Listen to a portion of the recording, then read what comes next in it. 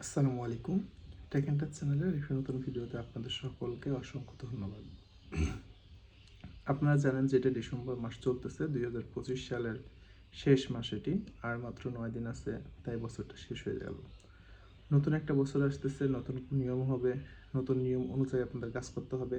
সরকারের যে নির্দেশনা যখন দেয় সেই অনুযায়ী আপনাদের সকল তথ্যগুলো পূরণ করতে হবে।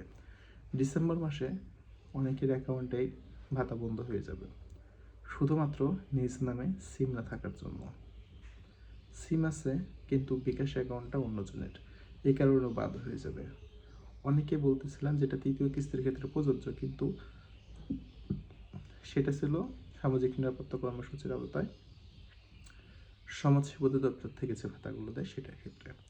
মহিলা বিষয়ক থেকে যেটা দেওয়া হয়, প্রেগনেন্ট বা গর্ভকালীন ভাতা যে যাই বলেন না কেন, এটা কিন্তু ডিসেম্বরে বাদ হয়ে যাবে। আপনারা যদি চিঠি দেখতে চান, আমি কমেন্ট সেকশনে চিঠিটার রেফারেন্স লিঙ্ক সহ দিব, আপনারা সেখান থেকে দেখে নিতে পারেন যে যদি কোনো ব্যক্তি নিজ নামে সিম, বিকাশ অ্যাকাউন্ট নাম্বার না থাকে, তাহলে তার অ্যাকাউন্ট বন্ধ হয়ে যাবে। সংশোধন করার সুযোগ কবে দেবে সেটা জানা নেই, তবে প্রত্যেকটা উপজেলার থেকে তালিকা দিয়ে দিয়েছে মন্ত্রণালয় থেকে পাসওয়ার্ড সম্বলিত একটি জিপ ফাইলের মধ্যে নগদ, বিকাশ বা যে যে অ্যাকাউন্ট ব্যবহার করেন সেই অ্যাকাউন্টগুলো সম্বলিত তথ্য দেওয়া আছে। এগুলো ইউনিয়ন পরিষদে চলে গেছে।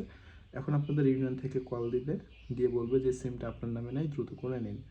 অনেকে এটা হয়রানি মনে করতে পারেন, তবে এটা করা উচিত, কারণ আপনার কার্ড আছে, আপনি জানেনই না মেম্বার বা চেয়ারম্যান তার নামে এটা করে নিচ্ছে বা তার আত্মীয় স্বজনের নামে করে রাখছে, বাট আইডি কার্ড আপনার।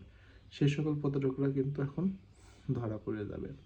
সো এই বিষয়গুলো অবশ্যই গুড, এবং ইন ফিউচারে এইসব বিষয়ের উপর আরও কঠোরতা কোন কিছু আসুক, যাতে করে এই চুরি বা প্রতারকগুলো একদম শায়েস্তা হয়ে যায়।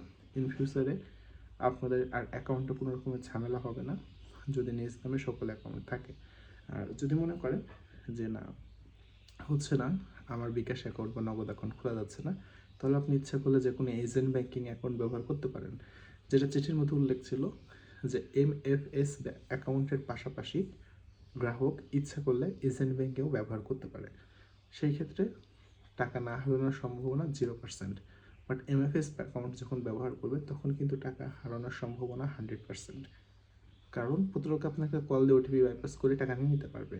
ব্যাংকের ক্ষেত্রে সেকশনটা সম্পূর্ণ আলাদা, নিজ ফিঙ্গারপ্রিন্টের মাধ্যমে টাকা উঠে দিতে হয়। এখানে জটিল একটা প্রক্রিয়া কাজ করে, যার পরিপ্রেক্ষিতে টাকা ওঠানো অনেক টাফ। তো আপনাদেরকে সাজেস্ট করবো, যারা ইউনিয়ন পরিষদ থেকে ফোন পাচ্ছেন তারা দ্রুত সময়ের মধ্যে এটা শেষ করে ফেলুন, নাহলে কিন্তু ডিসেম্বরের টাকা আপনি পাবেন না। ইনস্টাটাই বলে দিতে পারি, কারণ ইতিমধ্যে আমার উপজেলা থেকে চিঠি এটা আছে, যে চিঠিটা আমি প্রত্যেকটা ইউনিয়ন পরিষদে পাঠিয়ে দিয়েছি চিঠি করে। চিঠির মধ্যে বলেছি, আমি যদি দেখাই আপনাদেরকে একটু,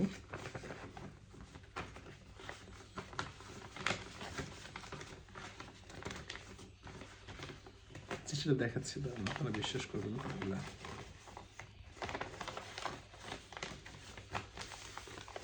এই দেখুন চিঠি,